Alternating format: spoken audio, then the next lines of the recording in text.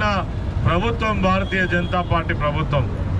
అదేవిధంగా ఈరోజు మన కళ్ళ కొట్టొచ్చినట్టుగా కనబడతా ఉంది. కాంగ్రెస్ బీజేపీ కేంద్రంలో బద్ద శత్రువులు, కానీ ఇక్కడికి వచ్చేసరికి లోపల చిట్టాపట్టాలు వేసుకొని కేసీఆర్ దెబ్బతీయడం కోసం, బీఆర్ఎస్ని దెబ్బతీయడం కోసం ఈ ఎన్నికల్లో కూడా మరి ఇప్పుడున్నటువంటి ముఖ్యమంత్రి రేవంత్ రెడ్డితో ఎట్లా కుమ్ముక్కై మరి పనిచేస్తున్నారో మనకు అర్థమవుతా ఉంది.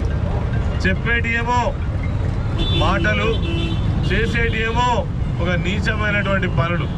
ఇలా మేమే బీజేపీకి మరి లోపల కలిసిన్నామని కాంగ్రెస్ వాళ్ళు చెప్తారు, బీజేపీ వాళ్ళు ఏమో మేము కాంగ్రెస్ కలిసినామని చెప్తారు. ఇగో ఇప్పుడు మీ బండారం బయటపడ్డది, ఎవరితో కలిసి ఉన్నారో ఇలా తేట తెల్లం అయిపోయింది. నిన్న మొన్నటి దాకా మీరు చెప్పిన అబద్ధాలకు తెరబడ్డది. కాబట్టి ప్రజలు నమ్మరు. దీన్ని కూడా ఒక రాజకీయాలకు వాడుకోవడం కోసం మరి ఒక మహిళను అరెస్ట్ చేసినటువంటి ఒక దుర్మార్గమైన నీతిని మనం ఇలా చూస్తూ ఉన్నాం.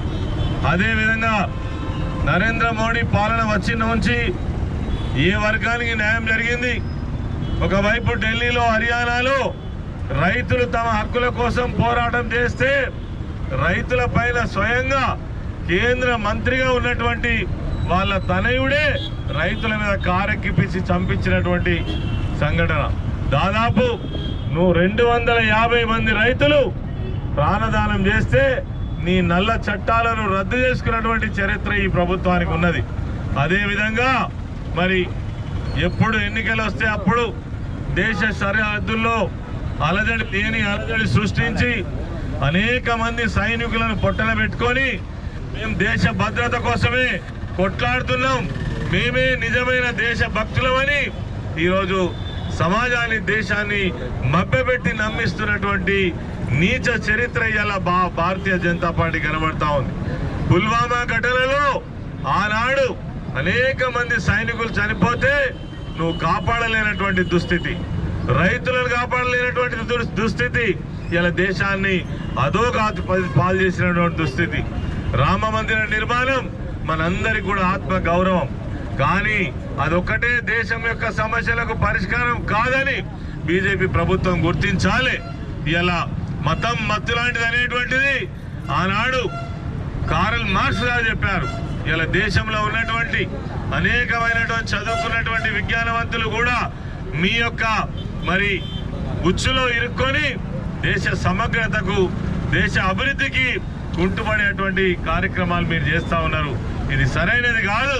ఈ అరెస్టును మేము సీరియస్గా తెలంగాణ రాష్ట్రం అంతా కూడా ఖండిస్తూ ఉంది. బేషరతుగా కవిత గారిని వెంటనే రిలీజ్ చేయాలని, విడుదల చేయాలని డిమాండ్ చేస్తూ ఈరోజు గోదావరి ఖని పట్టణంలో ఈ యొక్క నిరసన కార్యక్రమాన్ని తెలియజేస్తా ఉన్నాం. ఈ కార్యక్రమానికి మరి పూర్తి స్థాయి మరి నాయకత్వం వహిస్తున్నటువంటి మా మాజీ శాసనసభ్యులు కోరుకొంటి చందర్ గారు, అదేవిధంగా గౌరవ కార్పొరేటర్లు, పార్టీ నాయకులు, ట్రేడ్ యూనియన్కి సంబంధించినటువంటి నాయకులందరూ కూడా ఈరోజు పాల్గొనడం జరిగింది.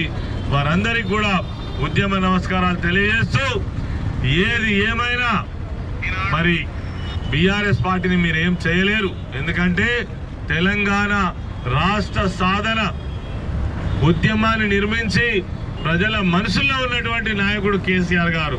మీరు పొమ్మంటే పోయేది కాదు, మీరు తుడిచేస్తే తుడిచిపోయేది కాదు బీఆర్ఎస్ పార్టీ అని సందర్భంగా తెలియజేస్తూ, ఖచ్చితంగా ఎన్ని కేసులు పెట్టినా, ఎంత హరాస్మెంట్ చేసినా తిరిగి మళ్ళీ లేస్తూనే ఉంటాం, పోరాటం చేస్తూనే ఉంటామని చెప్పేసి సందర్భంగా మనవి చేస్తూ మరి ఇక్కడికి వచ్చిన ప్రతి ఒక్కరికి ధన్యవాదాలు తెలియజేస్తూ జై తెలంగాణ, కేసీఆర్ గారి నాయకత్వం.